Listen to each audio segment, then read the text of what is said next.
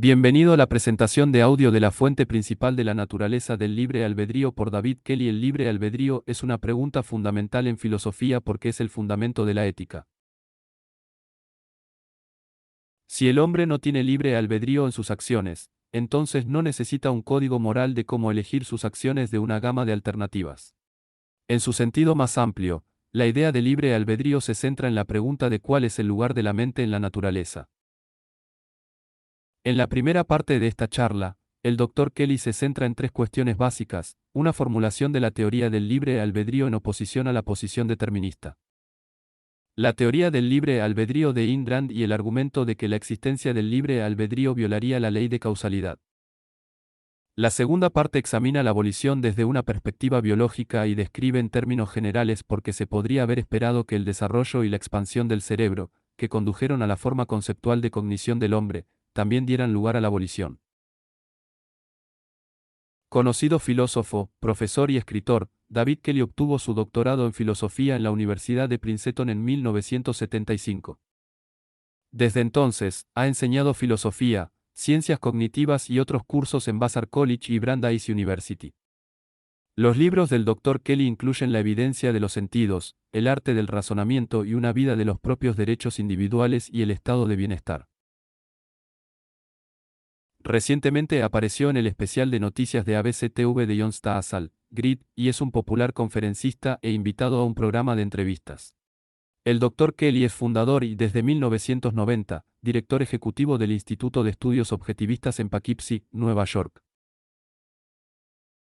Esta conferencia se dio en 1986 en la conferencia del Instituto de Portland. El Dr. Kelly presentó una fascinante extensión de las ideas de Ayn Rand sobre el libre albedrío para mostrar que el control volitivo del hombre sobre su conciencia no solo es completamente consistente con la ley de la causalidad, sino que también actúa como un regulador o mecanismo de gobierno sobre el contenido de su conciencia.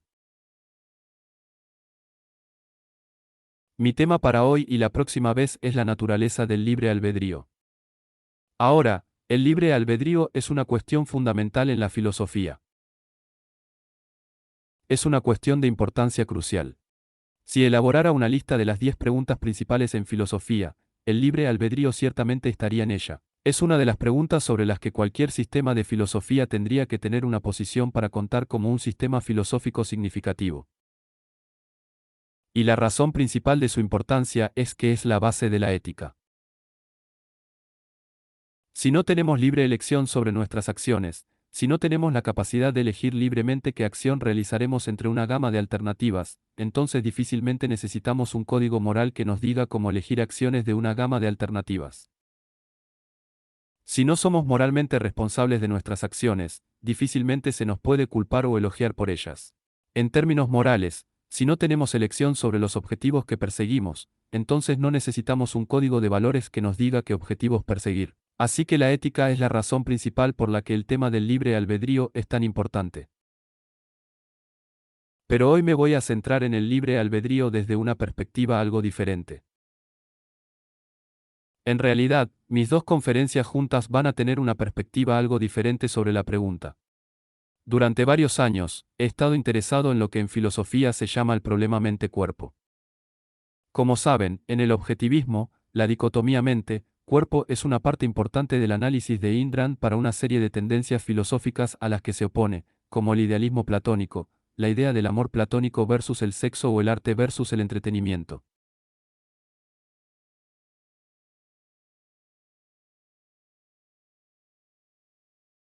Todos estos representan la teoría versus la práctica. Todo esto representa una dicotomía entre la mente y el cuerpo. Pero en filosofía, el problema mente-cuerpo tiene un enfoque algo más estrecho. Significa que es una cuestión de cuál es la relación entre la mente, la conciencia y la base física de la conciencia, el cerebro en particular. Y un poco más ampliamente, es la pregunta de cuál es el lugar de la mente en la naturaleza. ¿Cómo es que la naturaleza exhibe un fenómeno como la conciencia? Pensando en la mente. Ese es el contexto en el que voy a abordar la cuestión del libre albedrío. A menudo se dice que el libre albedrío puede parecernos plausible desde adentro cuando reflexionamos, cuando introspectamos sobre la forma en que funcionan nuestras mentes, pero que tenemos que abandonar la idea del libre albedrío cuando nos miramos desde afuera como seres en la naturaleza sujetos a la ley de la naturaleza. Esta es la idea de que el libre albedrío no es compatible con una orientación científica, que es una reliquia de una perspectiva religiosa, un producto de ilusiones, el tipo de cosas que solo una persona de mente blanda en las humanidades podría creer. Es la idea de que algún día, cuando sepamos más sobre cómo funciona el cerebro, recordaremos la idea del libre albedrío de la forma en que ahora recordamos la idea de que las estrellas se mueven en esferas cristalinas empujadas por ángeles. Creo que esta idea es completamente falsa. Cuanto más pienso en el papel biológico de la conciencia y la forma de conciencia del hombre en particular, y cuanto más aprendo sobre la forma en que funciona el cerebro, más natural me parece que tengamos libre albedrío. Cuanto más claramente me parece que el libre albedrío encaja perfectamente en una visión científica coherente de la naturaleza. Así que ese es mi enfoque en estas dos conferencias de hoy. Sin embargo, tenemos que comenzar por establecer algunos fundamentos, y esto va a significar cubrir un terreno con el que creo que algunos de ustedes probablemente estén familiarizados hoy. En la conferencia de hoy, quiero cubrir tres temas básicos.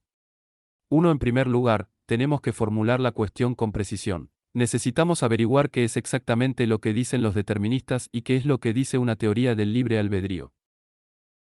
En segundo lugar, quiero repasar la teoría del libre albedrío de Ayn Rand, que sostiene que la elección esencial del libre albedrío es la elección de enfocarse, la elección de pensar. En tercer lugar, y por último, quiero plantear el problema de la causalidad, la supuesta contradicción entre el libre albedrío y la causalidad. Es la idea de que la existencia de la abolición violaría la ley de la causalidad. Lo diré en general, y luego esa será nuestra plataforma para entrar en más detalles la próxima vez. Así que permítanme comenzar formulando el tema.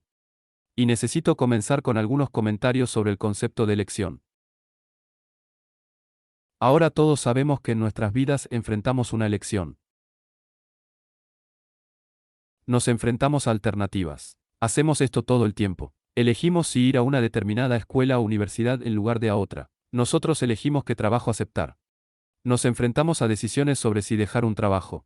Nos enfrentamos a decisiones en nuestras relaciones personales, si continuar una relación o terminarla, si comenzar una. Elegimos si salir el sábado por la noche o quedarnos en casa. Este es obviamente un fenómeno real. Todos sabemos, si miramos dentro de nuestras mentes, que hay ocasiones en las que decimos, podría hacer esto o aquello y tenemos que pensar en cuál hacer. Nadie podría negar que ese fenómeno ocurre. Incluso un determinista que dice que el resultado está predeterminado por un conjunto completo de factores, todavía tiene que reconocer ese fenómeno de deliberación y elección. Así que hoy, cuando uso el término elección, quiero usarlo en un sentido neutral, no como una abolición implícita, y por lo tanto como algo, como un término que el determinista puede usar para referirse a un fenómeno psicológico real. Cuando quiero referirme específicamente a una elección considerada libre, hablaré de una elección libre o de volición. De acuerdo, necesito hacer este punto terminológico por razones a las que llegaremos en un minuto cuando defina el determinismo y el libre albedrío. Muy bien, ¿qué es el determinismo? Los deterministas dicen que en cualquier momento dado solo hay una acción que un individuo puede tomar, y esa acción está determinada por la suma total de las causas que operan en el individuo hasta ese momento. Ese total de suma total de causas puede incluir su personalidad, sus creencias, valores, condición física, sus genes, sus padres, su educación, su entorno físico y social.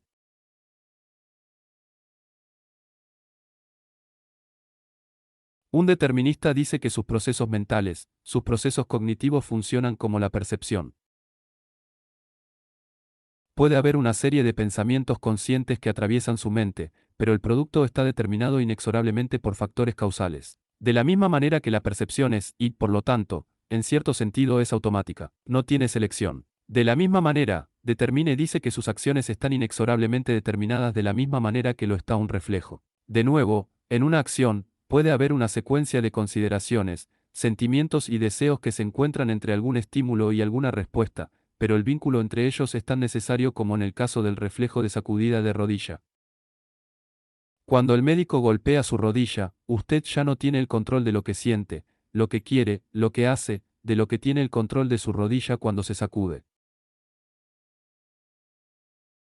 Por lo tanto, podemos definir el determinismo como la opinión de que todas las acciones, pensamientos y elecciones son necesarias por factores antecedentes. Y esa es la definición que he puesto en el folleto. Por cierto, debería asegurarme de que todos tengan una copia de esto para seguir. De acuerdo, si no lo haces, debe haber copias en la parte de atrás. De acuerdo. El determinismo es la tesis de que todas las acciones, pensamientos y elecciones son necesarias por factores antecedentes. Y estos factores antecedentes, por supuesto, son en sí mismos los efectos de causas anteriores, que son los efectos de causas anteriores que se remontan en el tiempo. En última instancia, toda la secuencia está fuera de nuestro control. Eso es determinismo. ¿Y el libre albedrío? Una teoría del libre albedrío sostiene la posición opuesta. Si has estudiado la lógica aristotélica, es la posición contradictoria exacta. El libre albedrío dice que alguna acción, elección o pensamiento no es necesaria por factores antecedentes. Algunas acciones, quizás no todas, pero al menos algunas, están bajo control volitivo directo. Con respecto a estas acciones, enfrentamos alternativas genuinas en el momento particular. Hay más de una acción posible para nosotros en el siguiente instante. La suma total de las causas que operan en un momento dado deja a un individuo con más de una alternativa. Y cuando alguien toma una decisión y realiza una acción, podemos decir que podría haber hecho lo contrario. Podría haber actuado para otro, de otra manera. Ahora, estas son definiciones generales. Establecen los principios en los que todos los deterministas, por un lado, y todas las teorías del libre albedrío, por otro lado, estarían de acuerdo. Pero dentro de cada campo hay varias versiones diferentes de cada tesis general. Y solo para darles una idea del rango de posibilidades aquí, quiero decir algo sobre las variedades de la teoría determinista y las variedades de la teoría del libre albedrío. Los deterministas están de acuerdo en que todas las acciones son necesarias por factores antecedentes. Entonces, la siguiente pregunta obvia es, ¿cuáles? ¿Qué factores? ¿Qué tipo de factor es el más importante? Y podemos clasificar a los deterministas por la forma en que responden a esa pregunta. Así que permítanme repasar brevemente tres categorías diferentes de puntos de vista deterministas. Los llamo determinismo ambiental, psicológico y fisiológico. El determinismo ambiental dice que los determinantes primarios de la acción son causas en el entorno externo, particularmente el entorno social. Este punto de vista dice que la naturaleza del hombre es esencialmente plástica. Somos maleables. Tenemos una naturaleza innata que es susceptible a una influencia y dominación completas por parte de las fuerzas que actúan sobre nosotros. De acuerdo, ahora el ejemplo más conocido de este tipo de determinismo sería probablemente el conductismo. La teoría psicológica está asociada con B.F. Skinner. Skinner dice que lo que hacemos es el resultado de la forma en que hemos sido condicionados a lo largo de todo el curso de nuestras vidas. A lo largo de nuestras vidas, hemos sido recompensados por algunas acciones de los padres, de nuestros maestros, empleadores, amigos, etc. Y hemos sido castigados por otros. Hemos actuado y hemos tenido una consecuencia negativa. Nuestras acciones reflejan la suma de estas influencias externas. Tendemos a actuar de una manera que es consistente con la historia de nuestro condicionamiento. Otra versión influyente del determinismo ambiental es la visión de Marx. Marx sostuvo, como ustedes saben, que todo el reino de la personalidad, lo que él llamó el reino de la conciencia, incluidas las ideas, los valores, los sentimientos, todo eso es un subproducto causal de las fuerzas subyacentes reales que son económicas, como el modo de producción, el sistema de clases de una sociedad, la distribución de la propiedad.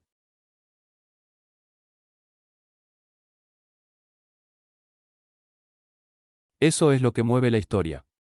Porque eso es lo que mueve a la gente. Y los pensamientos individuales de las personas son simplemente subproductos. Son epifenómenos, cosas como el vapor arrojado por la máquina de vapor que no funciona más.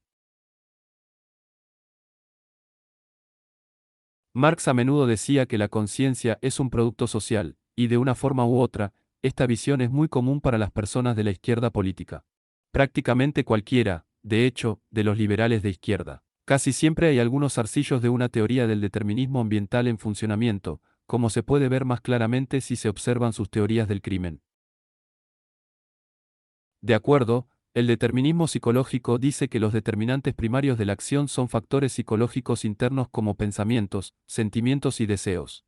Estos se unen de cierta manera y tendemos a actuar sobre la base de nuestro deseo más fuerte, sobre el cual no tenemos otra opción.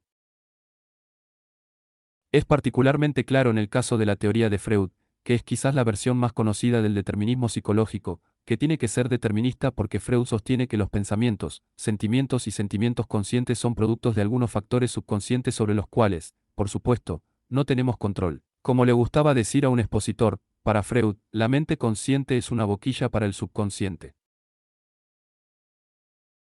De acuerdo. Y finalmente, el determinismo fisiológico sostiene que los determinantes primarios de la acción son eventos neuronales en el cerebro. Estos son eventos físicos, el disparo de células individuales, circuitos y bucles de retroalimentación, y todo lo demás que sucede dentro de grupos de células, ensamblajes celulares en el cerebro.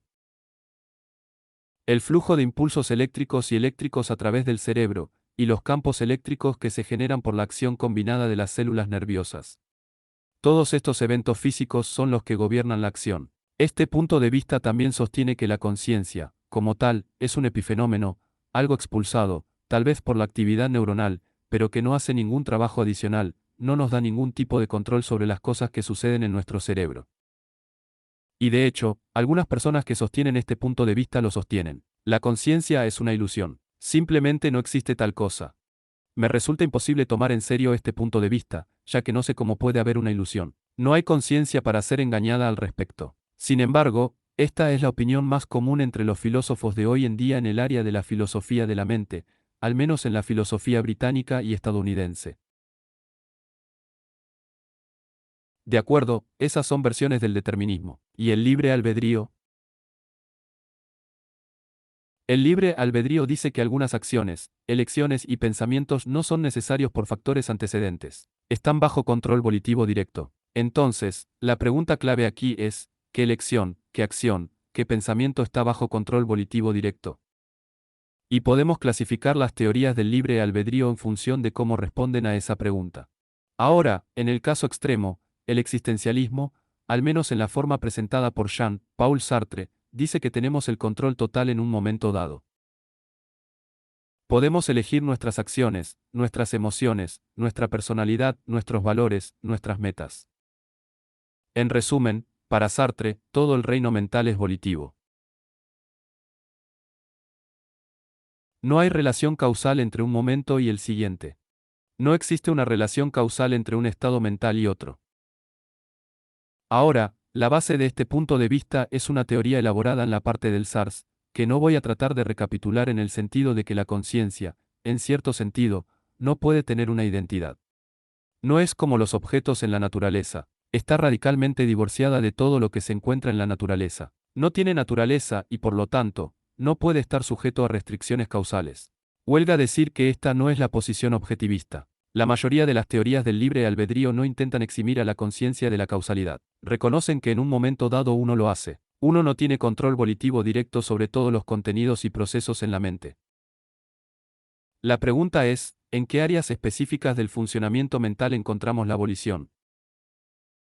El objetivismo pertenece a una escuela de pensamiento que ubica la volición en el área de la atención, en la dirección de la mente hacia contenidos específicos. Somos capaces de ser conscientes de nosotros mismos. Somos capaces de monitorear el contenido de nuestras mentes. Y seleccionamos los contenidos, los pensamientos y los sentimientos que atendemos y el grado de atención que les prestamos.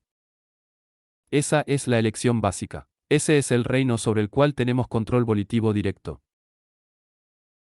Al tomar ese tipo de decisiones, tenemos un control indirecto sobre nuestras acciones porque nuestras acciones fluyen del contenido de nuestra conciencia.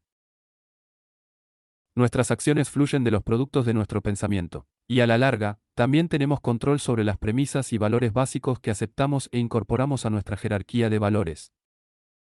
Nuestro carácter, nuestra personalidad. Esos dos son el producto del pensamiento, pero durante un periodo de tiempo mucho más largo. Entonces, al tomar tales decisiones, la elección de pensar, también tenemos un control indirecto sobre nuestros valores y sentimientos.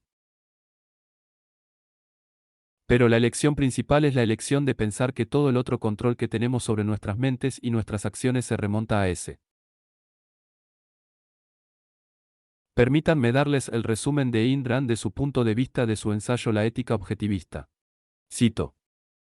La distinción particular del hombre de todas las demás especies vivientes es el hecho de que su conciencia es volitiva. La razón es la facultad que percibe, identifica e integra el material proporcionado por los sentidos del hombre. Es una facultad que el hombre tiene que ejercer por elección. Pensar no es una función automática. En cualquier momento y tema de su vida, el hombre es libre de pensar o de evadir ese esfuerzo. El pensamiento requiere un estado de conciencia plena y enfocada. El acto de enfocar la conciencia de uno es volitivo. El hombre puede enfocar su mente en una conciencia plena, activa y dirigida a propósito de la realidad, o puede desenfocarla y dejarse llevar en un estado semiconsciente. Ahora está claro que el concepto central aquí es el concepto de enfocar la mente.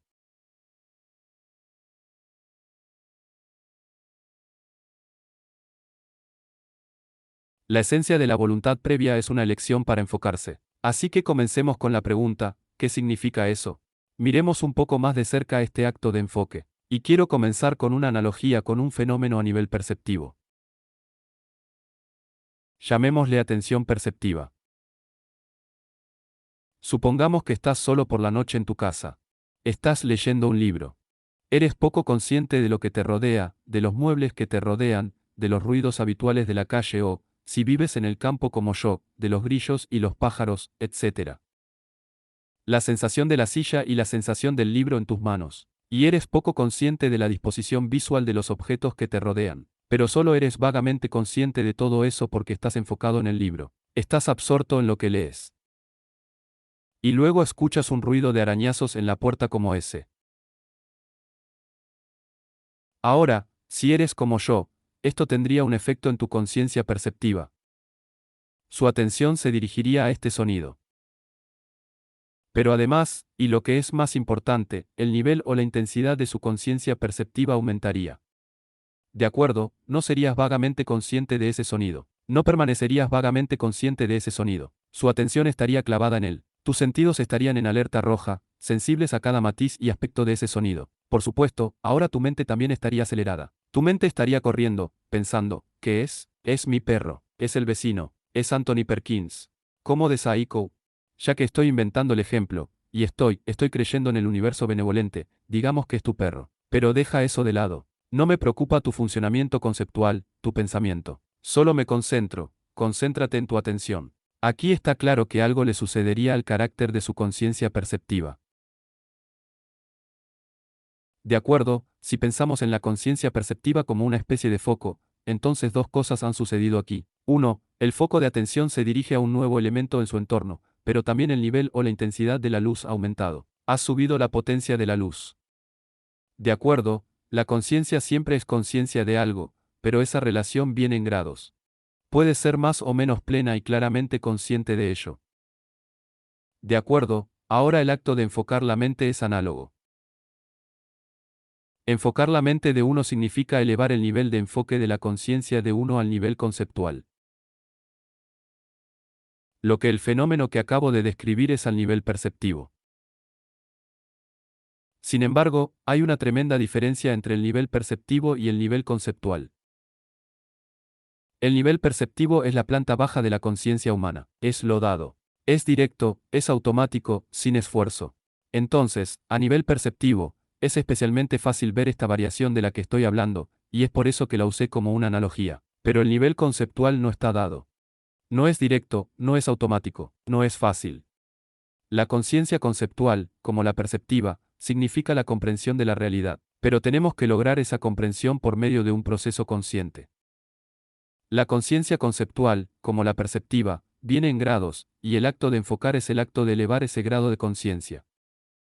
Pero para entender lo que eso significa, tenemos que entender algo sobre la naturaleza de los procesos conscientes involucrados en la conciencia conceptual.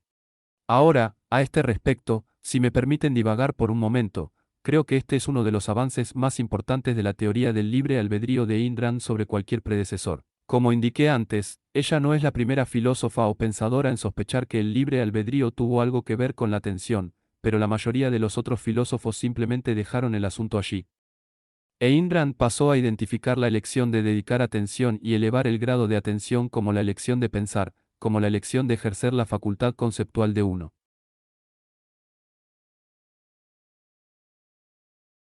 Luego pasó a integrar eso muy estrechamente con su ética, en la que la virtud principal es la racionalidad, la elección de pensar y toda su ética. Entonces todas las virtudes son simplemente amplificaciones de eso. Y por otro lado, en epistemología, no solo dijo que la elección de enfocarse es la elección de pensar, continuó y desarrolló toda una teoría epistemológica sobre lo que significa pensar, cuál es el nivel conceptual. Y en cierto sentido, si tratara de explicarles completa y completamente lo que implica la elección de pensar, tendría que revisar todo el objetivo de la epistemología, desde la formación de conceptos hasta la inducción, la certeza y todo lo demás. Lo que, por supuesto, no puedo hacer aquí hoy. Puedo tratar de resumir el punto para que entendamos lo que está eligiendo cuando elige enfocarse al agrupar los aspectos relevantes de esta elección en dos grandes encabezados o categorías, integración y objetividad.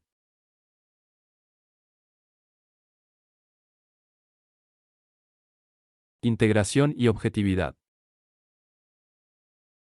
Y comenzaremos con la integración. Todo pensamiento, todo funcionamiento conceptual humano implica la identificación de relaciones, en última instancia, relaciones entre concretos perceptivos de una forma u otra. Eso es lo que hacemos cuando pensamos, y la identificación de esas relaciones es lo que quiero decir en el sentido más amplio y fundamental con el término integración. Cuando ves un animal en un zoológico y lo reconoces, en una granja, digamos, y lo reconoces como un caballo, lo que estás haciendo es relacionar a ese animal con una cierta clase de otros animales que has identificado y subsumido bajo un concepto. Por supuesto, para formar ese concepto en primer lugar, lo que tenías que hacer era reunir. Observe que ciertos animales tenían ciertas similitudes y que diferían de otros animales en ciertas formas. La similitud y la diferencia son relaciones. Los pones juntos sobre la base de la similitud para formar el concepto y una nueva unidad mental surgió en ese proceso, a saber, el caballo conceptual. Así somos siempre. Nuestro pensamiento siempre está ocupado en formar nuevas unidades mentales sobre la base de las relaciones que percibimos en la realidad, o está tomando esas unidades mentales y asimilando nuevos concretos a ellas. Identificar nuevos objetos como instancias de un concepto o de un principio general. Cada operación del pensamiento conceptual, desde la clasificación hasta el razonamiento y la explicación, implica la conciencia de las relaciones entre los objetos en la realidad, similitud, indiferencia, causa y efecto, género y especie, premisa y conclusión, etc. Entonces, en ese sentido, estar enfocado significa actuar en la política de integración. Actuar con el compromiso de integrar. Significa no tratar cada objeto como una unidad autónoma, como algo separado de cualquier contexto, sino comparar y contrastar, notar sus similitudes y diferencias con otras cosas, identificar sus causas, integrarlo en un marco de conocimiento único y unificado.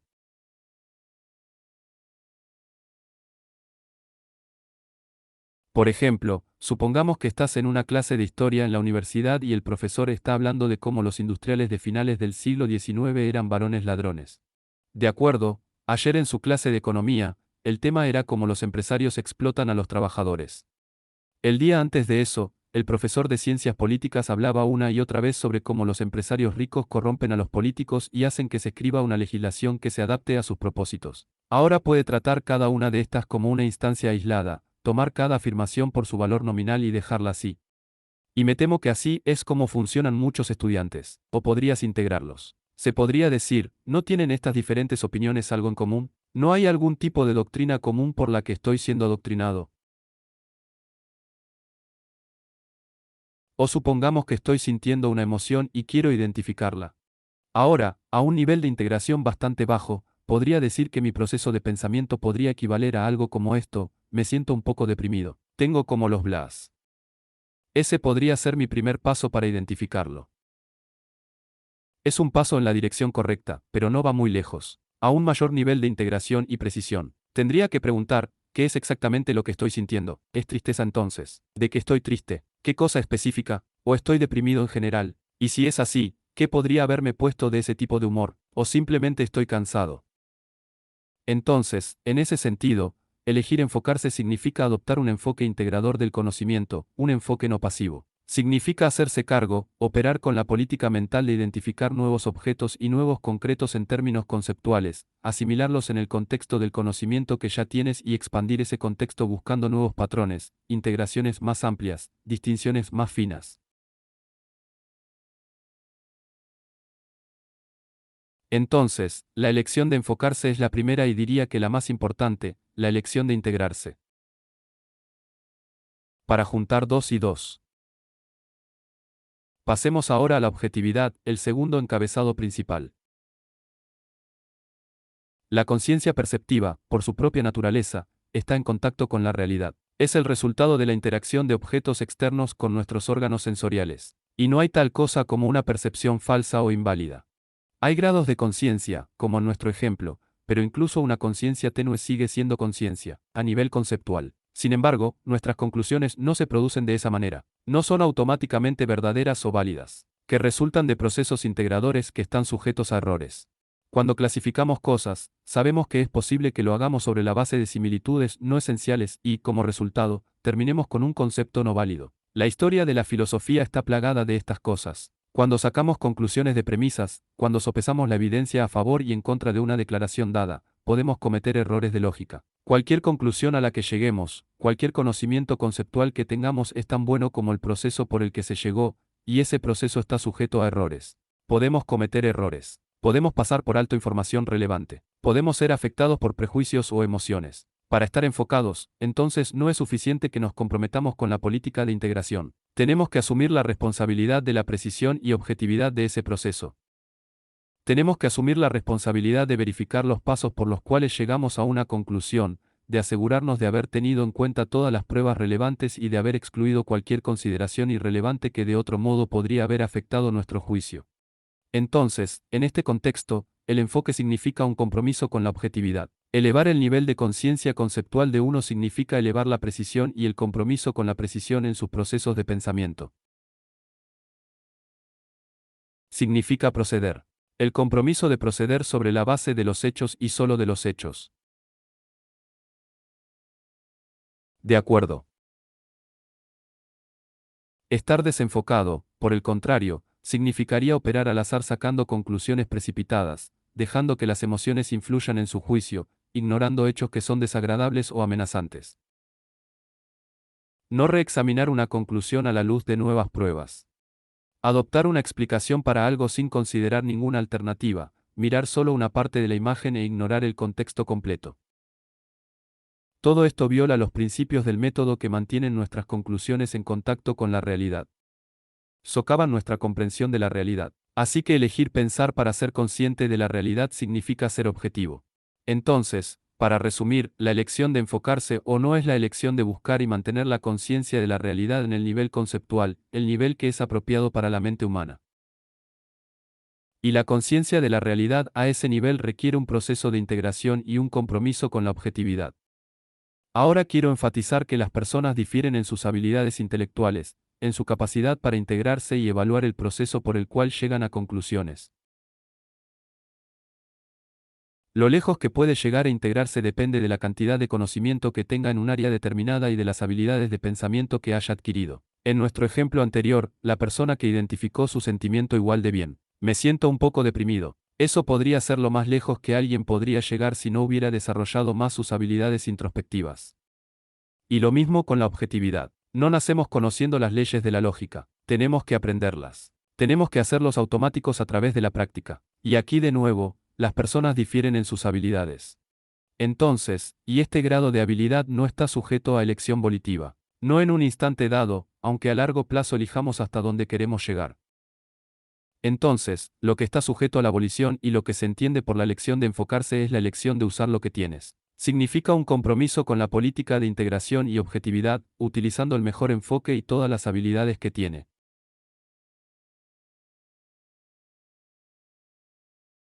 También debemos reconocer que el enfoque viene en grados. Ese extremo sería un estado de completa pasividad. En el caso de la emoción, estar completamente desenfocado significaría simplemente sumergirse en el sentimiento y dejarse llevar por él sin ningún esfuerzo para identificar lo que está sucediendo. Y por último, un último punto, el enfoque no es lo mismo que la concentración. Esta es una distinción importante. La concentración es un estado de atención a un contenido mental específico con exclusión de todo lo demás, como resolver un problema o leer un libro o lo que sea. La concentración implica un alto nivel de concentración, pero puedes estar enfocado sin concentrarte. Puedes relajarte, dar un paseo, hacer cualquier cantidad de cosas. En el extremo, diría que incluso puedes soñar despierto enfocado. De hecho, eso puede ser una parte muy importante del proceso creativo. Dejar que tu subconsciente corra más o menos libre por un tiempo. Pero tienes que mantenerte enfocado para observar lo que sale de él. De acuerdo, esto es muy importante porque así es como escribo.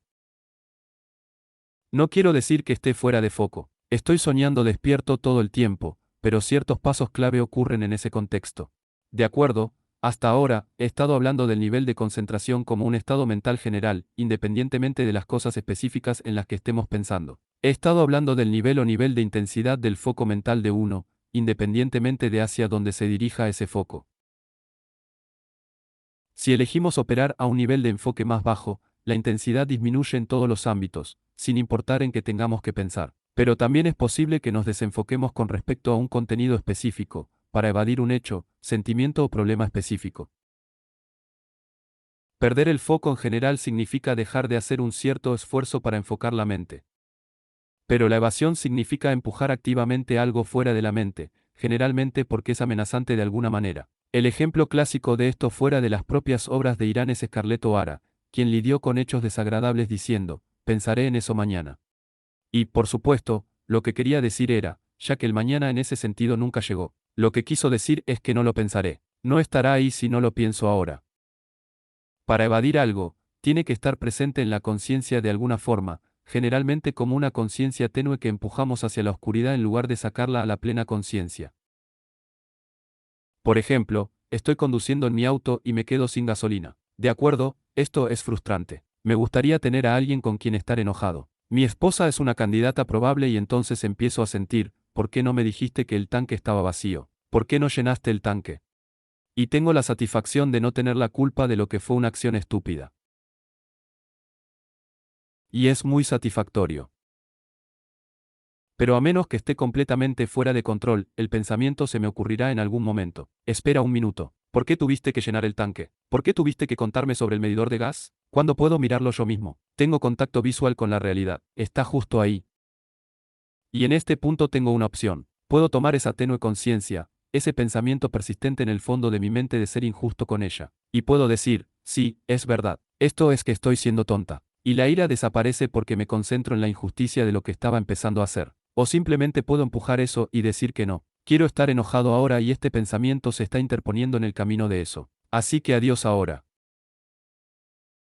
A veces, la evasión no implica sacar algo de la conciencia por completo, sino solo mantenerlo en un nivel de conciencia lo suficientemente bajo como para que no seamos conscientes de sus implicaciones o de su significado completo para lo que estamos haciendo. Esto sucede, por ejemplo, cuando evaluamos a las personas. Alguien hace algo. Alguien que nos gusta, por ejemplo, hace algo turbio o hiriente o lo que sea, y difícilmente podemos ignorar el acto. Pero podemos mantenerlo en un nivel de enfoque suficientemente bajo que creemos que simplemente no vemos. No pensamos en lo que eso podría significar sobre esta persona o nuestra relación con él. O, por el contrario, si hay alguien que no te gusta que hace algo bueno, lo que puede ser extremadamente irritante, podrías decir que no fue una idea tan buena, o que probablemente fue un mal motivo detrás de ella. O simplemente déjelo flotar allí con una vaga racionalización que lo rodea para que no tenga que apreciar sus implicaciones. De acuerdo, y por supuesto, a menudo, especialmente cuando los sentimientos se están agotando, podemos evadir la necesidad de ser objetivos. Tenemos una tenue idea en alguna parte de nuestra mente de que lo que estamos haciendo, nos estamos moviendo. Estamos sacando conclusiones precipitadas. Estamos involucrados en una práctica epistemológica de mala calidad y es mejor que nos detengamos y lo revisemos. Pero nosotros decimos que no. Me gusta esta conclusión. Cuando llegue. Tengo muchas pruebas en ello. No me preocuparé por eso.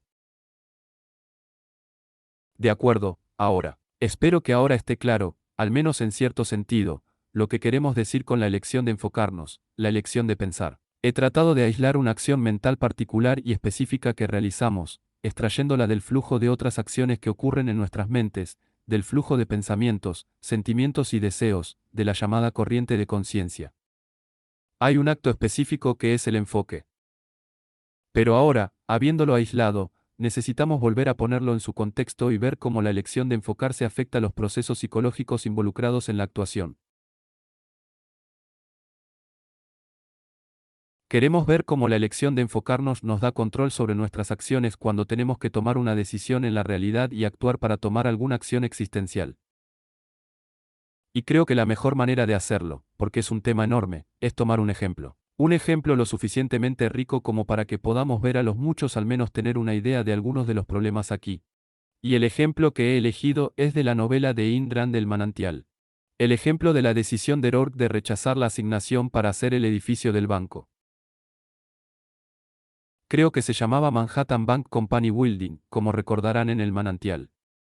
Solo para darle un poco de contexto, Rourke, esto es en una etapa en la que Rourke acababa de abrir su oficina de arquitectura. Lo había hecho, creo que un edificio de oficinas o una tienda por departamentos y algunas casas, pero su negocio realmente no había comenzado. De hecho, se estaba quedando sin dinero y se enfrentaba a la necesidad de llegar a una situación en la que iba a tener que cerrar su oficina. Y en ese momento, el director de esta compañía bancaria, que había visto una de sus casas y le había gustado, se le acercó y le dijo que había hablado con la junta directiva para que le permitiera a Rourke presentar un plan, lo cual hace. Y ahora está esperando ir. Finalmente se entera de que la junta ha aceptado su plan. Lo eligieron como el arquitecto del edificio.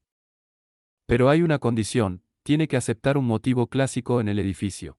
Lo había diseñado de acuerdo con sus propios estándares arquitectónicos, incluidos sus estándares de ornamentación, fachadas, etc. Querían un motivo clásico para apaciguar a los tradicionalistas, y el trabajo trata de explicarles por qué eso destruiría la integridad del edificio, por qué lo arruinaría. Pero la decisión de la Junta fue definitiva y el trabajo tiene que tomarla o dejarla. Y ahora, a partir de la novela, entiendes la situación, dice el señor Rourke, el presidente del banco. Sí, dijo Rourke.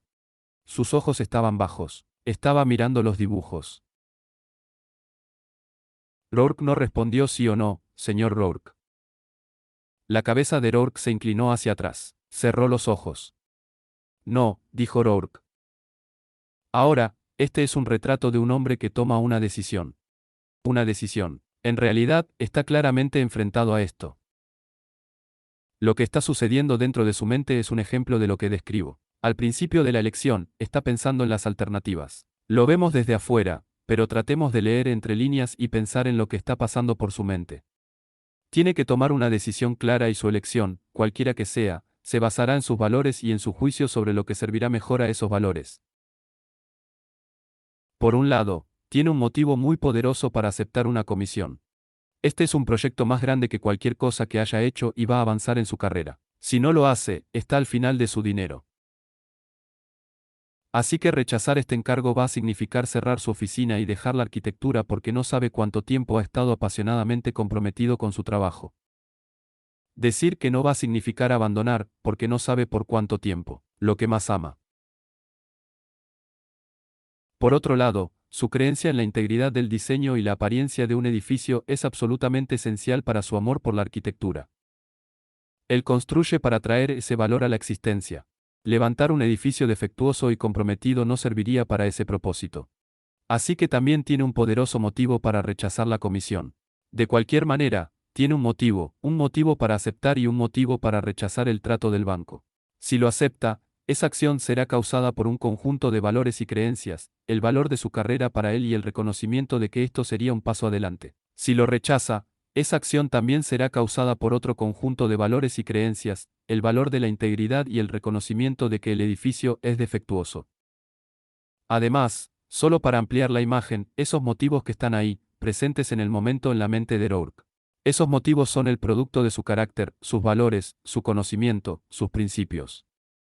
En este momento lo vemos tomar la decisión. Estos no están sujetos a su voluntad directa. Son productos de las elecciones que ha hecho a lo largo de toda su vida. Los sentimientos que están pasando por su mente, su deseo de conseguir el encargo, su angustia ante la idea de perderlo, y lo que es peor, ante la idea de dejar la arquitectura. Su disgusto por este diseño comprometido. La decepción, el desprecio y la ira que debe sentir por los hombres que lo quieren para producir esta monstruosidad. Estas emociones serían respuestas automáticas basadas en sus valores. Entonces, ¿dónde ocurre el libre albedrío en este evento, en esta decisión? Ocurre en su elección de qué conjunto de causas gobernará su acción. Su acción podría ser causada por dos conjuntos de motivos diferentes. Las elecciones, en efecto, ¿cuáles van a gobernar su acción? Y hace esa elección ejercitando su capacidad de concentración. Debido a que eligió mantenerse enfocado, se dio cuenta de que levantar un edificio sin integridad no satisfaría su deseo de construir. Representaría una inversión de su jerarquía de valores. ¿Cuál es el problema aquí? El problema es si va a ser capaz de conseguir la comisión, hacer los planos, supervisar la construcción, ganar algo de dinero, todas las cosas que están involucradas en la construcción de un edificio. Pero para Rourke, esos son solo medios para su objetivo fundamental, que es encarnar una visión arquitectónica. En realidad, aceptar la comisión supondría elevar los medios por encima del fin. Y al elegir mantenerse enfocado, se da cuenta de que también debe darse cuenta de que cualquier ventaja que le dé a su carrera a corto plazo hacer este edificio, cualquier prestigio que pueda ganar, no sería un paso adelante. A la larga, el edificio se erigiría como un reproche constante para sí mismo y un recordatorio constante para los demás y una advertencia de que Rourke no defiende los principios que defiende. Así que a la larga no ayudaría a su carrera. Pero eso también es un hecho sobre el que actúa solo porque elige mantenerlo enfocado. Debido a que se enfoca en estos hechos, se renuncia al motivo que de otro modo lo llevaría a aceptar la comisión. Está desconectado. No tiene eficacia causal sobre su acción. Está separado, como si hubiera cambiado la palanca de cambios, y esos motivos particulares ya no pueden conducir sus ruedas. En cambio, su acción se rige por las consideraciones que ha elegido mantener en el foco, pero podría haber eludido esas consideraciones. Podría haber dejado de pensar en el largo plazo y haberse detenido solo en el corto plazo. Podría haber eludido sus principios de integridad y su jerarquía de valores y dejar que su mente se dejara dominar únicamente por la angustia ante la idea de perder el proyecto. O podría haber reconocido que esto se vería comprometido como integridad. Pero podría haberlo racionalizado. Podría haber pensado, la construcción no será perfecta, pero será bastante buena. Y la próxima vez puedo hacerlo a mi manera. Ahora, el mismo patrón básico está involucrado en cualquier elección voluntaria, acción voluntaria. Siempre hay algo de motivación detrás de una acción. Y en retrospectiva, mirando hacia atrás, podemos rastrear la acción hasta alguna motivación específica, que incluiría un conjunto de sentimientos, deseos y creencias. Y podemos rastrearlos y volver a los valores y elecciones de una persona que ha tomado a lo largo de todo el curso de su vida. Entonces, en general, es válido decir que las acciones son causadas por el contenido de nuestra mente. Pero la elección de enfocarnos nos da control sobre el contenido de nuestra mente. Al elegir el grado en que buscamos la conciencia de la realidad a nivel conceptual, al elegir si identificar o evadir hechos específicos, elegimos los contenidos particulares que van a gobernar nuestras acciones. De acuerdo, me estoy quedando un poco atrás, y no quiero profundizar más en el tema de cómo la elección del enfoque gobierna la acción. Podemos hablar más de eso en el turno de preguntas, si lo desea. Quiero pasar ahora a la validación de la teoría del libre albedrío que he descrito. Lo que he estado describiendo hasta ahora es simplemente una descripción. Te estoy dando una descripción de lo que ocurre en la mente. Pero un determinista podría aceptar todo lo que he dicho hasta ahora y simplemente decir que la elección de enfocarse es necesaria por factores antecedentes. Y entonces tenemos que preguntarnos, ¿qué tiene de malo esa posición? ¿Cómo sé que el determinista está equivocado? Voy a proceder muy rápido ahora, y en cierto sentido me siento con derecho a ello porque él lo es. Creo que está evidentemente equivocado. La base para saber que lo somos, que tenemos libre albedrío, que somos seres volitivos es nuestra propia capacidad de observar la volición en nuestras mentes. La existencia de la volición se puede establecer mediante la observación directa, la observación introspectiva de la forma en que funcionan nuestras mentes. Una vez que hemos aislado la acción de enfocar la mente, podemos ver que la elección de enfocarnos depende de nosotros. Podemos observar que tenemos el control. Observamos que el enfoque requiere un cierto esfuerzo. Es posible que ejerzamos ese esfuerzo, y es posible que retengamos el esfuerzo. De cualquier manera, no solo sucederá si estoy fuera de foco, simplemente a la deriva fuera de control. Puedes gritarme todo lo que quieras. Puedo gritarme a mí mismo. Vamos, despierta, despierta y huele el café. Concéntrate, agárrate a ti mismo. Pero también puedo, no importa cuánto lo haga, puedo desconectar esa pequeña voz en mi mente. O puedo desconectarte aún más fácilmente y elegir no tener en cuenta las consideraciones que hacen que sea razonable para mí elegir enfocarme. En ese contexto, los deterministas dirían que la elección es necesaria por factores antecedentes. Pero cuando estoy concentrado, dicen que hay un motivo. Quiero entender algo, y me doy cuenta de que tengo que estar enfocado para entender. pero ese motivo es en sí mismo algo que podría evadir. El deseo de comprender algo me llevará a concentrarme solo si tengo en mente y me concentro en el hecho de que la comprensión requiere enfoque, requiere integración y objetividad. Podría evadir ese hecho. Podría tratar de tener conocimiento sin causas, conocimiento sin esfuerzo. Un gran número de personas pasaron una gran parte de sus vidas intentando ese tipo de cosas. Hay todo tipo de esquemas Get-Smart análogos a los esquemas Get-Rich que florecen de la misma manera.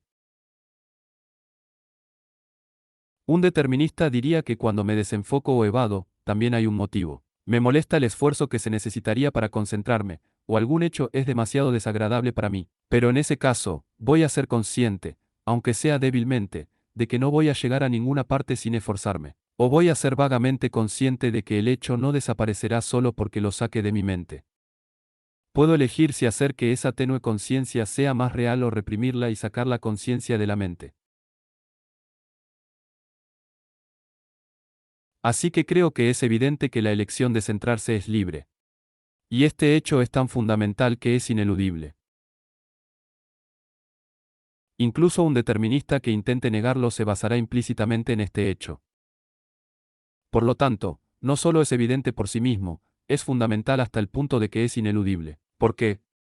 Un determinista que niega la existencia de la libre elección está ofreciendo su posición como algo que sabe que es cierto por su propia teoría. Sin embargo, también debe ser algo que estaba determinado causalmente a creer. Para ser coherente, debe considerar su propia creencia en el determinismo como algo necesario por factores antecedentes. Y hay una contradicción aquí. Si se considera a sí mismo sabiendo que el determinismo es verdadero, debe creer que llegó a su posición sobre la base de pruebas, y no sobre la base de algún motivo irracional, como el deseo de escapar de la responsabilidad de sus acciones. Tiene que admitir que tal funcionamiento irracional es posible para él. No es infalible, pero su propia teoría dice que no dependía de él si procedería de manera racional o irracional. No tenía elección en cuanto a si sería objetivo en su pensamiento sobre el tema del determinismo. En resumen, está diciendo que su creencia en el determinismo se basa en la evidencia. Así es como lo sabe. Pero también dice que no tiene control sobre si alguna de sus creencias se basa en pruebas. Además, un determinista está tratando de persuadirnos para que aceptemos su posición. Él piensa que cualquiera que crea en el libre albedrío está equivocado. Ese libre albedrío es una pieza de ilusión de cabeza suave que deberíamos crecer y superar. Quiere persuadirnos de que dejemos de caer en este tipo de ilusiones, que despertemos y nos centremos en los hechos que hacen que el determinismo sea verdadero. Pero todo eso presupone que podemos elegir ser objetivos. Esa objetividad depende de nosotros. Si no tenemos otra opción en el asunto, entonces sería irrelevante que los determinantes nos dieran argumentos para ofrecer evidencia de su posición, ya que ni él ni sus oponentes tienen una opción libre de elección en cuanto a si van a proceder sobre la base de la evidencia o sobre la base de la emoción subjetiva o el deseo, o las creencias convencionales de su sociedad o lo que sea. Entonces, para sopesar la evidencia a favor o en contra de cualquier posición, debemos hacerlo de acuerdo con los estándares de lógica y prueba. Y el uso de estándares en epistemología presupone elección, libre elección. De la misma manera y por la misma razón que el uso de normas en la ética presupone la libre elección. La existencia de la abolición es, por lo tanto, un axioma, o es axiomática. Se encuentra en la base de cualquier prueba, de cualquier conocimiento a nivel conceptual. Entonces, no podemos, por un lado, no podemos probarlo porque cualquier prueba lo presupondría. Pero, por otro lado, no necesita pruebas. Es evidente e ineludible. De acuerdo, ahora en mí voy a tratar de dejar algo de tiempo para preguntas porque sé que la gente tiene muchas preguntas sobre el libre albedrío. Estoy seguro de que algunos de ustedes tendrán preguntas sobre el argumento que acabo de dar, pero quiero continuar y al menos presentar el tema final de hoy, que es el libre albedrío y la causalidad. Y trataré de mantener esto en 5 o 10 minutos. Yo diría que la principal objeción al libre albedrío, la principal razón filosófica por la que la gente niega el libre albedrío. Hay muchas razones psicológicas, pero la principal razón filosófica es la opinión de que la abolición violaría la ley de la causalidad. La ley de causalidad dice que las acciones de una entidad están determinadas por su naturaleza. Las acciones no ocurren al azar. No vivimos en un mundo de flujo en el que las cosas simplemente suceden sin causa, de manera impredecible. No hay deslizamiento ni juego libre en la naturaleza. Las cosas se rigen por causas. La acción de una entidad se produce por su naturaleza y la forma en que responde. dado que la naturaleza a las circunstancias externas y la misma causa debe tener el mismo efecto. Dos cosas idénticas y circunstancias idénticas deben actuar de la misma manera. Ahora, los deterministas argumentan que la abolición violaría ese principio. Cuando una persona actúa, y esto incluye el acto de enfocar su mente, está actuando en un conjunto particular de circunstancias y tiene una naturaleza o identidad particular. Tanto las circunstancias como su naturaleza son factores antecedentes. No surgen en el momento de la elección. Si la elección no es necesaria por factores antecedentes, ¿cómo podemos decir que tiene un costo? Y si el acto de enfocar no tiene una causa, entonces sería aleatorio e impredecible. Sería algo que simplemente sucede, en cuyo caso no tenemos el control de ello. De acuerdo, hay un dilema aquí. Si el acto de enfocar es necesario por factores antecedentes, entonces no tenemos el control de ello. Si no es necesario por factores antecedentes, entonces no tiene una causa, y nosotros tampoco lo controlamos. Simplemente sucede. Solo que a veces estoy enfocado y a veces no. Pero no tengo ningún control sobre eso. De cualquier manera, no tenemos el control del acto de enfocarnos. Ahora bien, esto es una objeción. Este es un argumento que tenemos que ser capaces de responder. No podemos descartar la ley de la causalidad. La ley de la causalidad es en sí misma axiomática. Tiene el mismo nivel de fundamentalidad en el conocimiento humano que la existencia del libre albedrío. Así que nos enfrentamos a una situación en la que hay un conflicto aparente entre dos bases fundamentales de nuestro conocimiento. Eso no es aceptable, en todo caso. Así que tenemos que ver lo que está mal en la suposición determinista de que para que una acción tenga una causa, debe ser necesaria por factores antecedentes. En otras palabras, tenemos que ver lo que está mal en la forma en que los deterministas aplican la ley de causalidad al ejemplo o al concreto específico del acto de enfocar.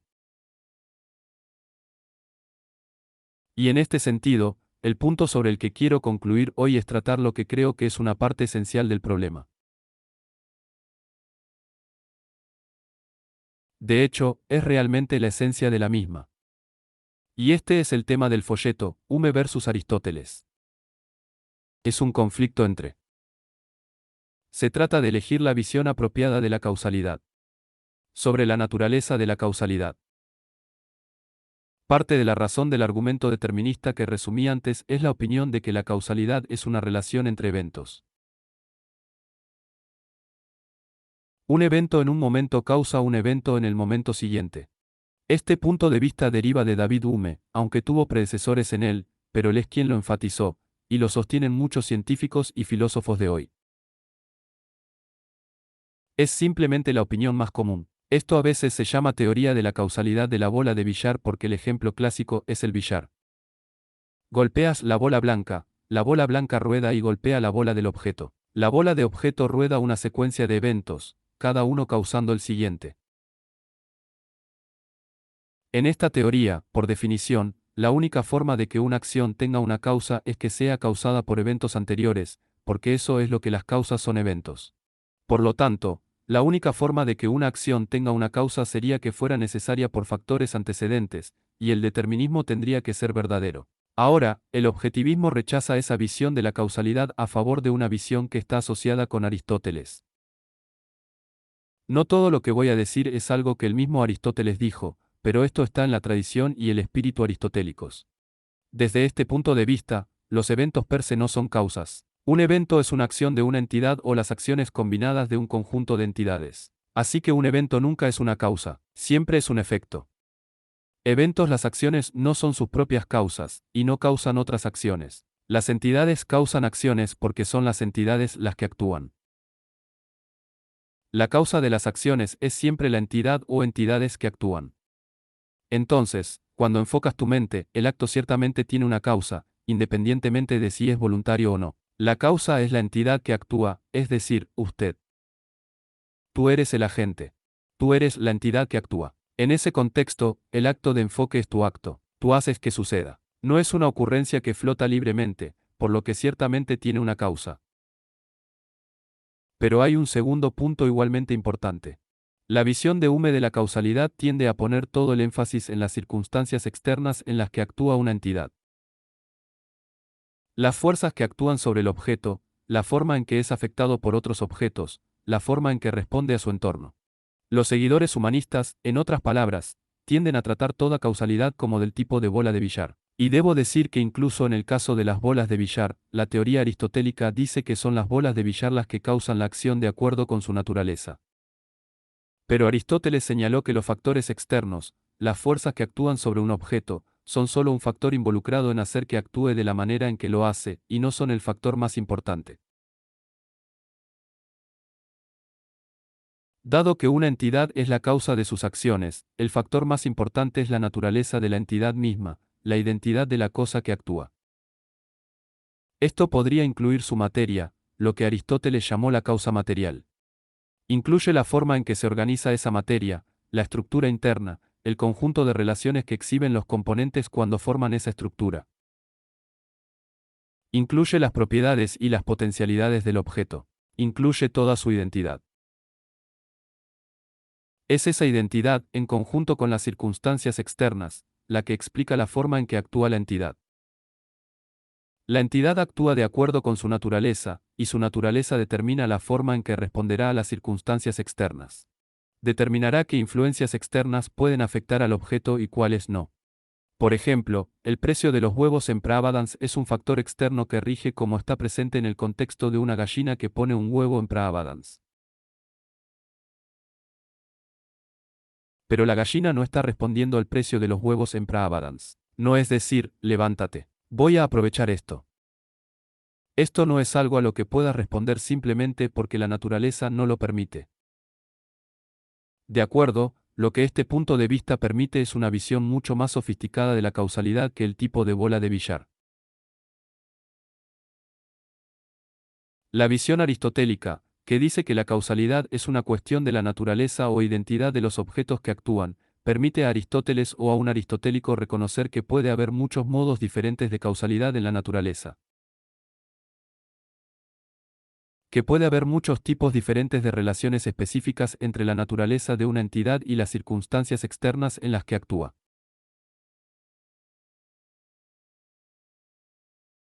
Y de hecho, ahora discutiré brevemente y elaboraré con más detalle la próxima vez.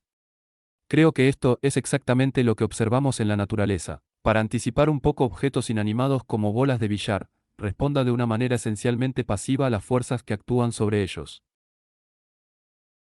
Los organismos vivos, como las plantas, están dirigidos a un objetivo. La fuente de sus acciones viene de dentro, en un sentido que trataré de definir la próxima vez.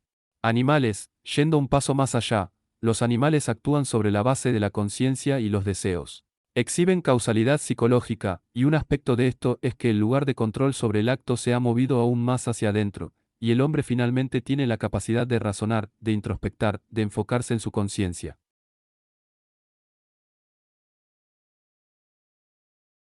Es natural ver eso como la culminación de esta tendencia hacia un control cada vez más interno sobre la acción. Y si nuestra naturaleza nos da un control completo, si nuestra naturaleza nos permite enfocarnos libremente ejercitando la capacidad de enfocarnos, eso no violaría la ley de la causalidad. Al ejercer la elección libremente, estaríamos actuando completamente de acuerdo con nuestra naturaleza. La abolición entonces no violaría la ley de causalidad. Sería un ejemplo de la ley de causalidad. Sería una instancia de una entidad que actúa de acuerdo con su naturaleza. Ahora creo que lo que acabo de darles es una respuesta filosófica al problema de la causalidad o la objeción de que el libre albedrío violaría la causalidad. Y como respuesta filosófica, creo que es adecuada. Pero la próxima vez que quiera profundizar más en esto, quiero tomar el pequeño boceto que les acabo de dar, la visión de la naturaleza y del control cada vez más interno que exhiben los objetos a medida que avanzamos a lo largo de esa escala. Esta visión de la naturaleza que la teoría de la causalidad de Aristóteles hace posible. La próxima vez quiero tratar de hacerlo real presentándolo con cierto detalle. Pero por hoy, haremos una pausa aquí. Gracias.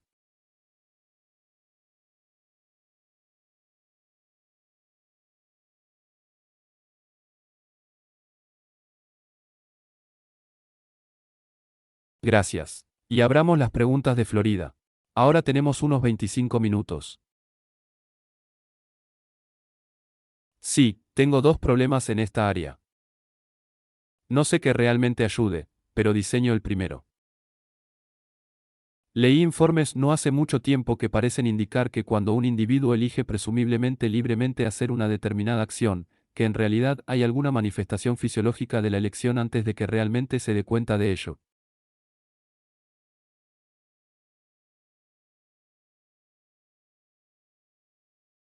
Experimentos de Benjamin Levy parece indicar algún tipo de determinismo para reaccionar. Creo que a lo que te refieres es a un conjunto de experimentos realizados por un neurofisiólogo de la Universidad Estatal de San Francisco llamado Benjamin Levy, quien descubrió que había personas que realizaban ciertas acciones voluntarias y estaba midiendo el potencial eléctrico de la grabación de su cuero cabelludo y encontró un cierto potencial específico conectado con la acción que ocurrió antes de su conciencia consciente de la necesidad de actuar. Suena como lo que eres. Esa es la única evidencia fisiológica real y clara de ese tipo que conozco. De acuerdo, tuve la sensación de que esta pregunta podría surgir porque leí Science News y este artículo estaba en Science. Creo que incluso apareció en el New York Times. Permítanme explicar brevemente cuál fue ese experimento porque necesitan ver el contexto completo.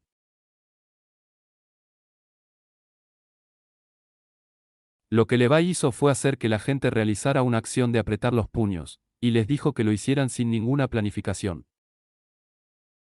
Él dice, no lo planees. Simplemente se sientan en una habitación y cada vez que tienen el capricho de cerrar la mano, dice, háganlo. No lo planifiques. No intentes hacerlo en un momento específico, solo cuando suceda. Cuando sienta la necesidad de cerrar la mano, tome nota de cuando sucede eso. Y él se lo permitió. Dijo, fíjate en dónde está bien la posición de una manecilla en un reloj para que puedas saber cuándo, en tiempo objetivo, fueron los primeros en darse cuenta del impulso. De acuerdo, y lo que encontró. Además, estaba grabando desde el cuero cabelludo, grabando algo llamado potencial de preparación, que es una tendencia fisiológica en el calado.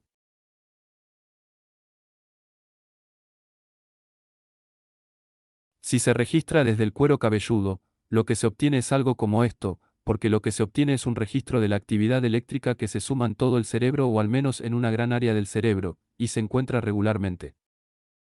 Tomo la palabra del científico para esto de que hay algo aquí que nunca puedo ver cuando miro su pequeña yerba.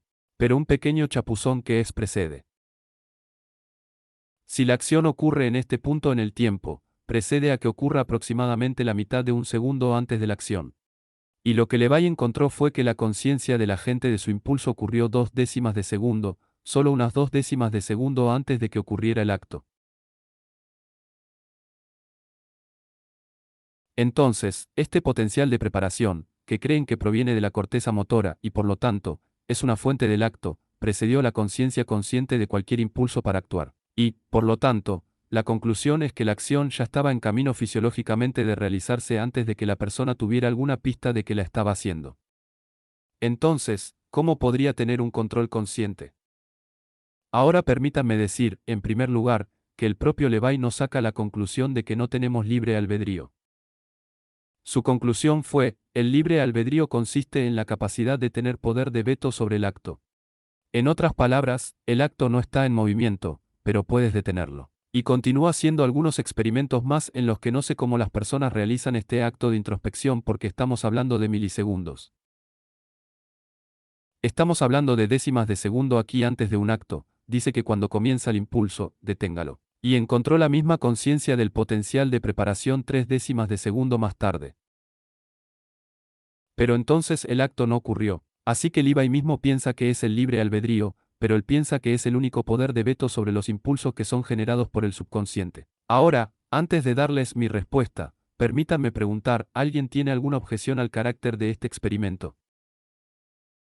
Sí, creo que esa lectura que comienza justo antes de que el tipo quiera cerrar el puño es parte de lo que ya está siguiendo su decisión de hacer eso. Ya sea cuán consciente fue esa decisión porque es una acción fácil de hacer. Creo que eso es parte de toda la acción, no es algo que precede al hombre que quiere tomar la acción, pero es parte de la decisión de tomar la acción. Pero dijiste que la decisión no era consciente. Y entonces Lube podría decir, está bien, llámalo una decisión si quieres, pero lo que eso significa es que no eres conscientemente la fuente de la acción. Tal vez un grado de conciencia. Es consciente, pero no estás enfocado en ello muy agudamente porque es una acción tan simple. Ha sido un grado de conciencia. De acuerdo, ciertamente aceptaré el punto de que la simplicidad de la acción y el carácter del acto son importantes aquí. Así que déjame seguir y ver qué otras respuestas se le ocurren a la gente. Sí, el experimento requiere una decisión para anotar un tiempo, y esa decisión solo puede ocurrir después de la decisión original. Mueves la mano, yo, 2/10 de segundo más tarde. Prestas atención al tiempo, pero solo lo haces después de haber movido la mano. E incluso hay un tiempo involucrado entre los ojos y el cerebro, que perderá algo de tiempo. ¿Cómo medirían eso con precisión?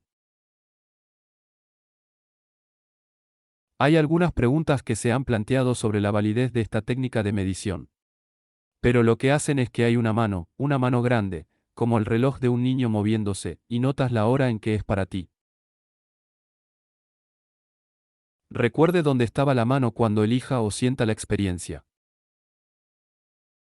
El impulso de actuar. Su primer conocimiento consciente de cualquier impulso de actuar. Yo no. Creo que corrigieron cualquier retraso de tiempo entre la transmisión del ojo al cerebro. Creo que están corregidos por eso, que este efecto permanece después de corregirlo.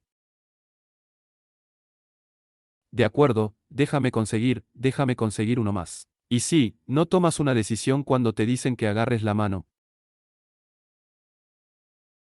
Has tomado la decisión, en cierto sentido, de programar tu subconsciente de que vas a hacer eso en algún momento. Así que la oferta original se hizo antes de que entraras en la habitación. Y luego, cuando lo haces, eres consciente de que lo vas a hacer. De acuerdo, diría que en combinación con los otros comentarios, eso es exactamente correcto. Este acto es algo que te dicen que hagas. No se te dice que planifiques conscientemente cuando lo vas a hacer, pero se te dice que pongas a tu subconsciente a apretar la mano. No vamos por ahí apretando las manos así a menos que tengamos algún problema. Tienes que poner en orden tu subconsciente. Genera algunos caprichos, genera algunos impulsos. Está bien, y luego tiene sentido. Para mí tendría mucho sentido que no se dieran cuenta de ello hasta que la acción ya estuviera en marcha. Este contexto, tomar un acto que fue conscientemente, que estaba específicamente destinado a no tener un significado específico para la persona, para ser un acto completamente arbitrario y aleatorio, no requeriría ningún enfoque. Es algo que tu subconsciente puede hacer sin muchos problemas.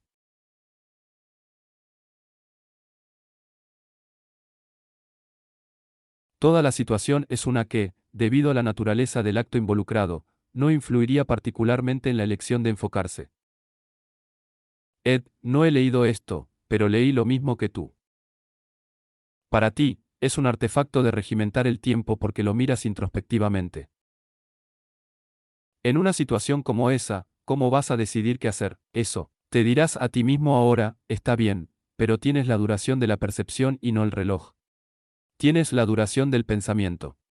Tienes la duración de registrar el pensamiento, como dijo alguien, y cómo puede medirlo. Y la decisión podría no tener lugar de forma instantánea. ¿Cómo puede medir todos esos procesos correctamente? Y solo un pequeño error en cualquiera de esos podría eliminar por completo los datos. Sé que estoy dispuesto a apostarte a que es consciente y él simplemente no midió todos los pasos involucrados. Solo para que alguien lo rehaga, ¿verdad? Era subconsciente. Sería más como parece ser cuando ves la luz roja, lo haces y lo programas sin siquiera pensar. Entonces podría ser simultáneo. Pero en un caso como este, tendrías que decirte a ti mismo ahora y apuesto a que si mediste el tiempo de retraso que toma y la duración de la maldición, tienes que ver el reloj que no incluyó todas esas cosas en la medición. Ni siquiera estoy seguro de cómo podrías hacerlo y pude ver los datos estadísticos reales, pero sospecho de ello. No estoy seguro de que eso sea posible, y en ese caso el experimento tendría cero importancia. Leí su resumen no en los trabajos de investigación originales, sino en la revista interdisciplinaria, una especie de resumen del mismo, y pensé que tenía alguna forma de corregir o tener en cuenta, al menos, el proceso de transmisión perceptual. Ver el reloj en grabación en sí mismo es un retraso, mucho menos decidir entonces actuar sobre esa percepción. Y puedes medir la duración de todos ellos con precisión. O bueno, esa es una buena pregunta, y que realmente no podría darte una respuesta al respecto. Sí, su charla cuando introdujo el término causalidad, uno de los términos, una de las cosas que dijo al respecto fue que cuando una entidad, la misma entidad en la misma circunstancia, produce la misma acción presumiblemente, entonces eso no es así. ¿Es esa la verdad de la causalidad en general? ¿Fue un ejemplo de una visión falsa de la causalidad? Supongo que eso no se aplica a los seres humanos. Entonces creo que se aplica a los seres humanos, pero hay que entender adecuadamente lo que significa tener la misma causa en ese contexto. Es algo de lo que hablaré la próxima vez. La próxima vez trataré de mostrarte que es cierto que si tuvieras la misma causa, la misma persona en exactamente las mismas circunstancias en todos los aspectos relevantes, entonces obtendrías el mismo resultado.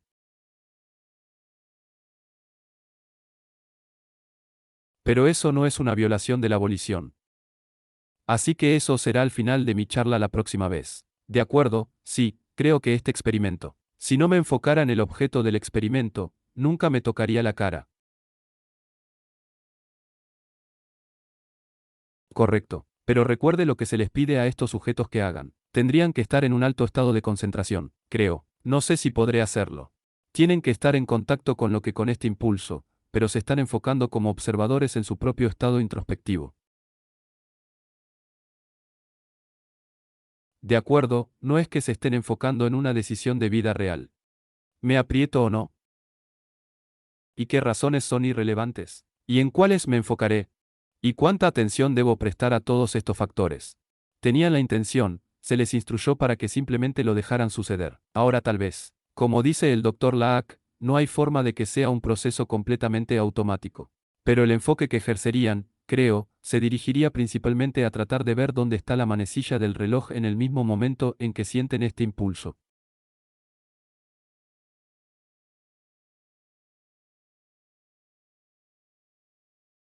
Sí.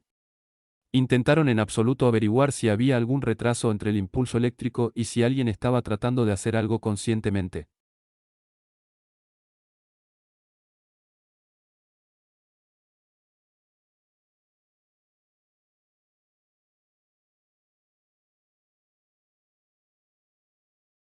¿Cuándo ocurre ese potencial de preparación en la acción volitiva?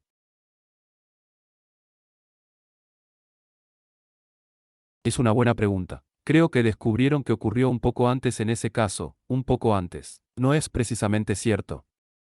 No. En el caso de que el individuo intentara planear hacerlo en algún instante específico, ocurriría del orden de un segundo antes de la acción.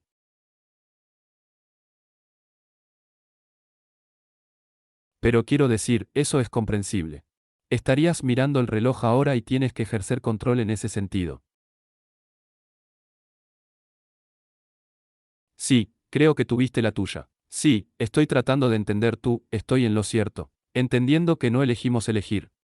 Y sin embargo, este es mi gran problema con el libre albedrío. Y, sin embargo, tratar de evitar esa regresión aparentemente infinita en la que no elegimos enfocarnos. Y puedo estar malinterpretando, ya sabes la situación aquí, pero ese es mi problema. Quiero asegurarme de que entiendo el problema. Tratando de elegir enfocarse, como lo que se te ocurre. ¿Cómo inicias el proceso o lo que sea?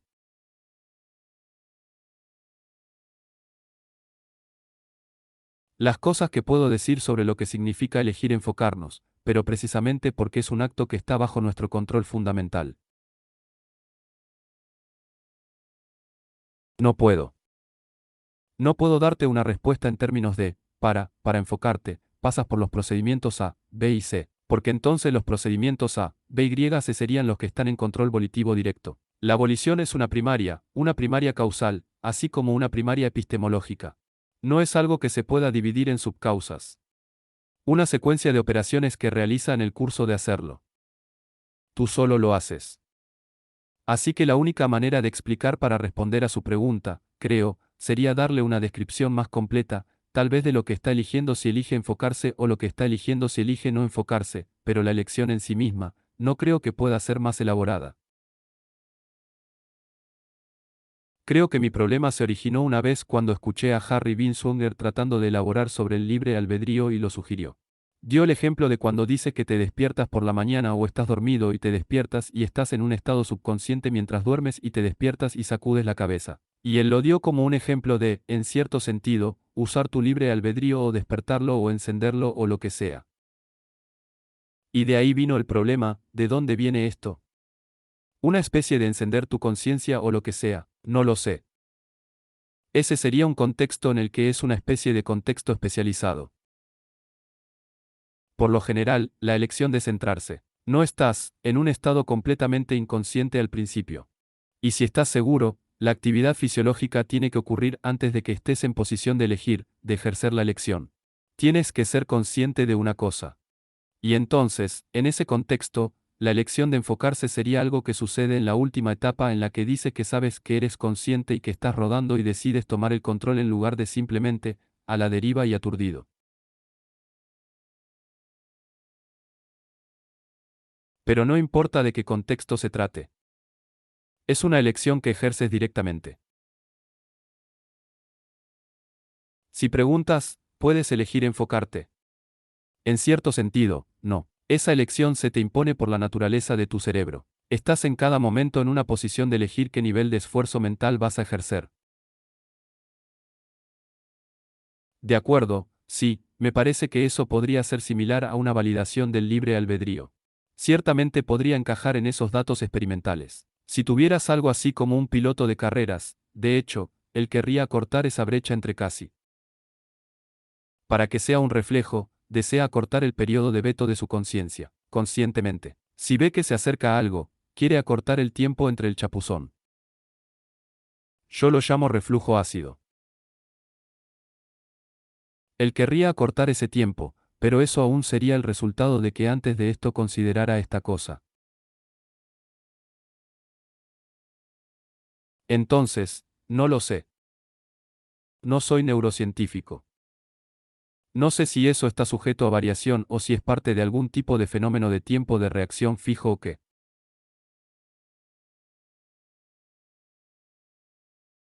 No sé si el potencial de preparación varía. Quizás. No sé si alguien aquí sabe o puede saber esto. Diría que es casi como preguntar por qué existe la existencia.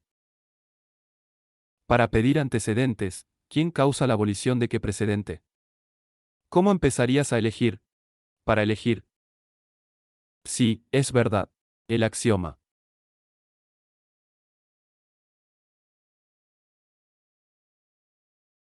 Sí y no. Creo que estás en la medida en que la abolición es una primaria causal que no se puede reducir a una secuencia de operaciones. Es verdad. Y al igual que con otras primarias causales, no puedes preguntar, de acuerdo, cuál es la explicación de esto, pero en otro sentido, es válido. Así que estamos hablando. Pero ahí, estamos hablando de la elección real que hiciste en un instante dado. Creo que es posible. Este es un aspecto en el que la abolición difiere de algo como la existencia. Es posible explicar de dónde viene la capacidad dado el arroz, ¿verdad? Y ese es el material que voy a tratar de cubrir la próxima vez. Pero la abolición es un fenómeno de capacidad específico en la naturaleza y surgió de alguna manera a través del curso de la evolución. Y así, en ese sentido, la capacidad tendrá una causa y supongo que será explicable. Incluso voy a tratar de ofrecer al menos el esquema general de una explicación. Pero tiene razón en que una vez que tenemos la capacidad, ya sea que la ejerzamos o no, es primaria y eso está sujeto a explicación. Sí, tienes la opción del sistema como la elección de las cosas antes de que sea más fácil.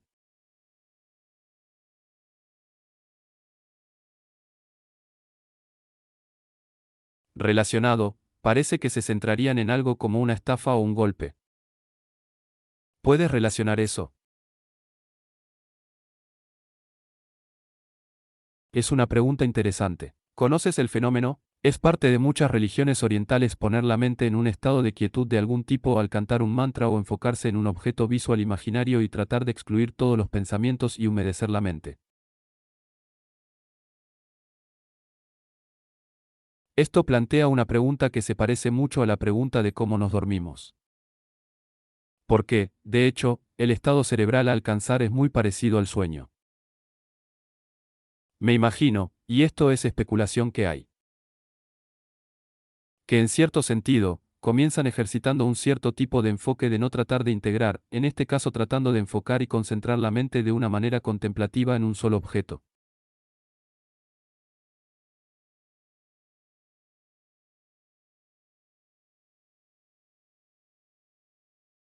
Pero quiero decir, lo que la mente hace es pensar que se integra.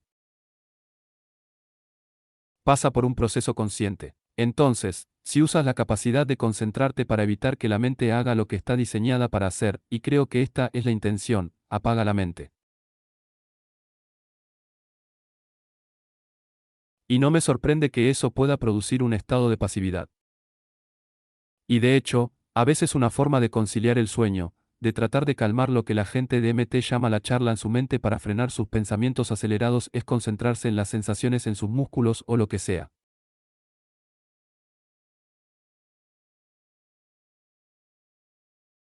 Y a veces eso. Pero el producto no existe. Es una especie de caso paradójico, porque te enfocas para sacarte de la necesidad de tener que concentrarte, te duermes. Así que sí, en la parte de atrás.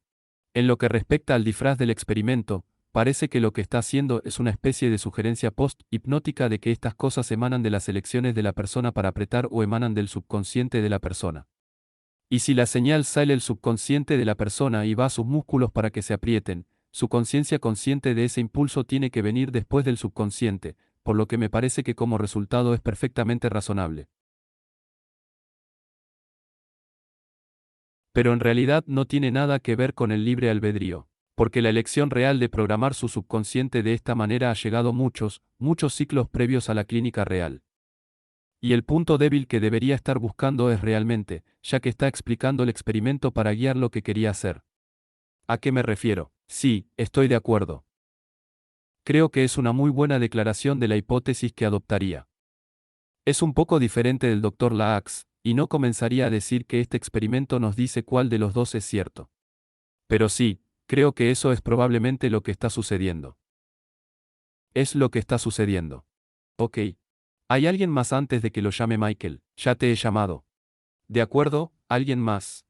Quiero darles a todos una oportunidad. De acuerdo, estás en marcha. Tienes que hacerlo. Podemos elegir enfocarnos, aumentar el nivel de nuestra conciencia, pero ¿hasta qué punto podemos elegir el contenido de ese enfoque? Hay dos opciones, solo hay una. Y luego obtenemos el contenido que nos da el subconsciente.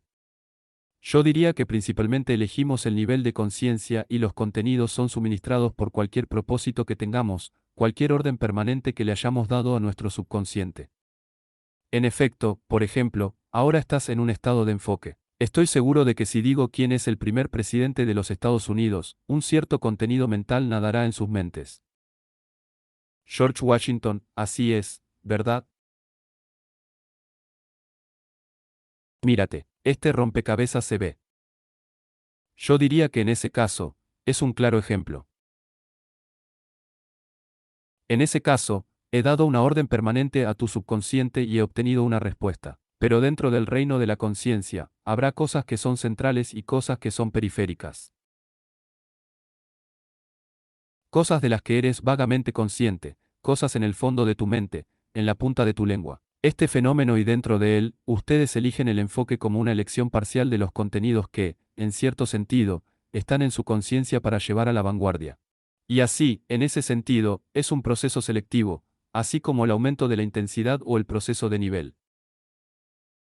Sí, podemos explicar por qué no se trata de conceptos por parte del proponente del libre albedrío cuando hace argumentos de libre albedrío y los deterministas pueden decir que esos argumentos están determinados. El libre albedrío se defiende a sí mismo. ¿Por qué eso no es un robo de conceptos por parte del libre albedrío?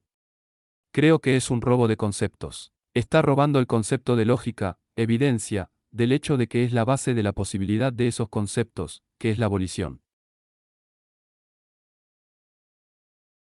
Así que se podría decir que el problema es que está robando el concepto. Es como un determinista que tenía una visión moral apasionada o elaboraba un código de ética. Él diría que estás robando el concepto de ética de una de sus condiciones previas. Así que yo diría que es un robo de conceptos. Y esa es una buena identificación. De acuerdo, gracias.